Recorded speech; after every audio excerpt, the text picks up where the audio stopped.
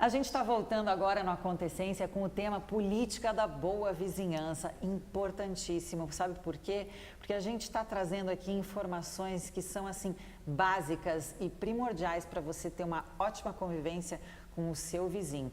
Só que agora eu vou entrar um pouquinho mais a fundo aqui com a doutora Ágata. Doutora, eu queria saber assim, quais os casos mais complicados que já passaram assim na sua mão para resolver essa questão aí de vizinhos? Olha, um caso assim que marcou muito foi uma época que eu trabalhava no escritório num bairro mais residencial. E aí após o almoço, assim, durante a tardinha, o vizinho resolvia ensaiar, porque ele fazia parte de uma banda e ele era o baterista. Então ele resolvia fazer o ensaio da bateria bem à tardezinha, na hora que a gente estava lá trabalhando. E a gente sabe que trabalho de advogado é um trabalho muito, né, você tem que pensar, você tem que parar, refletir. Tem que ler muito. Ler muito. Então aquela bateria, e assim, a bateria ainda ensaiando, né? Ele não era tão profissional assim. Então foi muito complicado. E aí, como a gente trabalhava ali, também não poderia criar um atrito tão grande com o vizinho. Então a gente teve que, com muita cautela, numa atitude muito amigável, ir lá conversar, falar que estava atrapalhando, né? E também tentar manter o bom convívio, né? Não resolvemos, falamos com o pai dele e também não resolveu, ele continuou, e aí a gente teve que mandar uma notificação extrajudicial, ainda não entramos com ação judicial mesmo.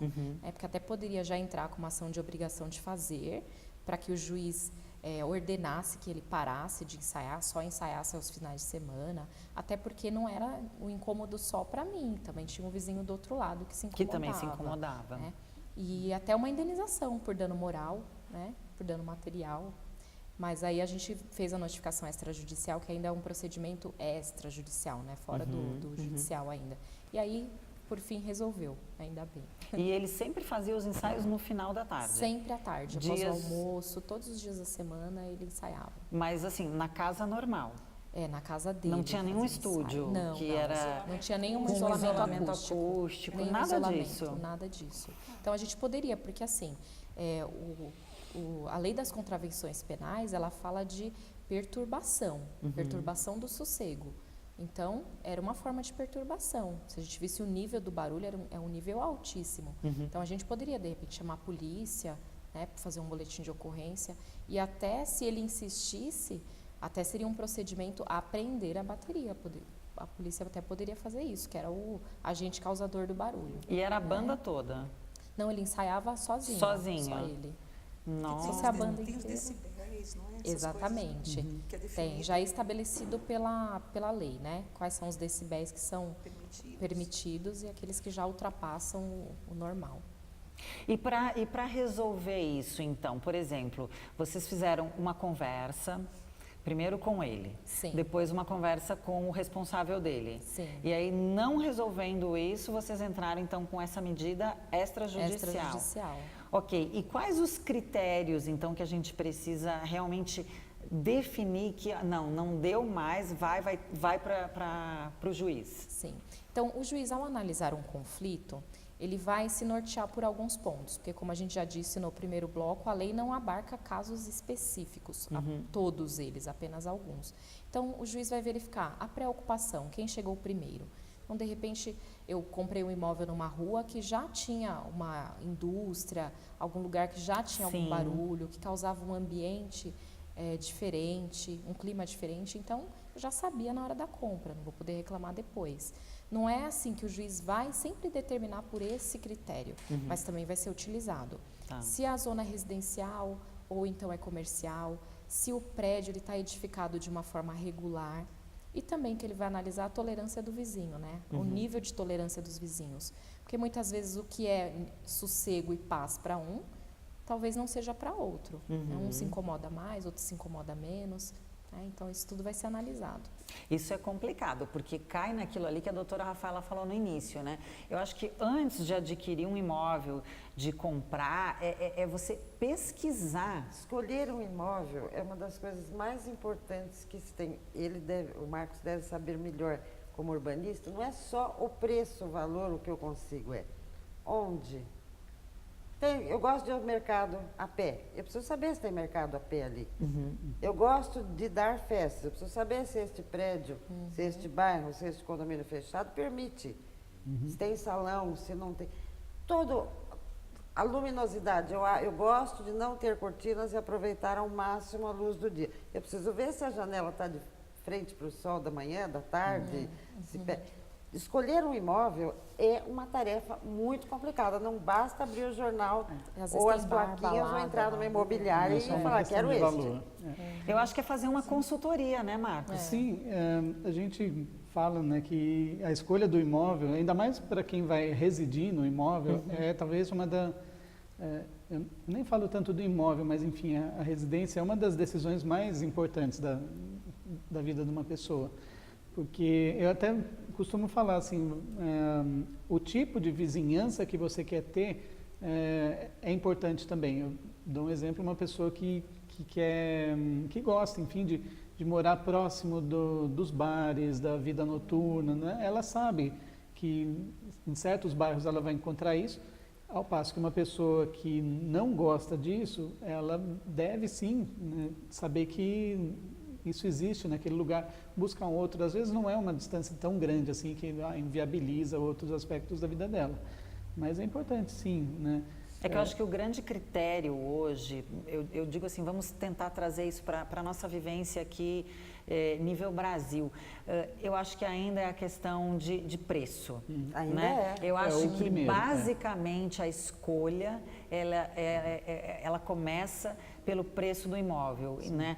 E também, como eu acho que essa questão é falha, no sentido de prestar essa consultoria, quem é a Larissa hoje, com 44 anos, que vai comprar uma casa, vai comprar um imóvel que tem X filhos, tem 20 cachorros, 2 papagaios, 3 hamsters, alguma coisa. Quem é essa Larissa? E essa Larissa que vai fazer um investimento de tanto e que vai demandar X anos pagando isso, né? Então, o que vai acontecer nesse período? Quem vai ser esta Larissa lá na frente? Né? Eu acho que a gente peca nessa orientação. E também, na hora de orientar o cliente, seja o consultor imobiliário, o advogado, alguém que estiver perto, deixar bem considerado que vai ser minha casa ou meu apartamento, nosso condomínio. É meu apartamento, nosso condomínio. Exatamente. A pessoa tem que entender que é nosso. Da porta é meu, mas em geral nós estamos dentro seja um condomínio fechado, nós estamos dentro de uma área. Condomínio edilício, estamos dentro de uma construção. Interligados intimamente, querendo ou não. Madalena, o quanto da psicologia do indivíduo influencia, né, para amenizar esses conflitos todos de vizinhos? Influencia demais, né? Eu acho que nós carecemos, eu falo nós porque me coloco também, né, nisso que eu vou dizer, nós carecemos de empatia. Se a gente entendesse, assim, fizesse o exercício de se colocar no lugar do outro, antes de reclamar ou antes, não, deixa eu ver, eu também não dou festa, também às vezes dou festa. A gente não pratica empatia, que é eu me colocar no lugar do outro. Eu vou para a briga já, eu já vou para os meus direitos. Nós nos sentimos hoje muito desrespeitados, então eu acho também que tem uma parte nossa, da sociedade, das pessoas em geral, que elas já vão para a briga porque elas já se sentem tão perdedoras em tanta coisa que elas já não querem acordo, elas já não querem conversar. Né? E o olho no olho assusta, nós nos protegemos, né? Porque parece que a gente vai perder aquele escudo, né? Exatamente. Eu me exponho muito. Quando eu vou lá para tentar conversar com o outro, eu estou me expondo. E cada vez mais nós vivemos virtualmente. Nós temos uma vida social nas redes sociais, mas eu não vou na reunião do condomínio. É verdade. É o que eu digo. O segredo é participar. Participar é conversar olho no olho, é dizer bom dia no elevador, é dar valor, não maltratar o porteiro, os funcionários, os vigias, e participar da reunião de condomínio, dizer o que você pensa. Ninguém concorda? Tá ótimo, ninguém concorda, mas eu disse o que eu penso. Exatamente. E tem a premissa de estar, né, na reunião, estar pautado com aquilo ali. E isso é importante. Eu acho que o bom senso aqui, o bom senso, a educação, o princípio, Dos dois lados. eles são fundamentais. Desculpa, ela falou em meus direitos e pensar nos meus deveres. Com dos dois certeza. lados. Tolerância e bom senso não é de quem pratica algum ato que perturba o outro, é também de quem está enxergando que está sendo perturbado.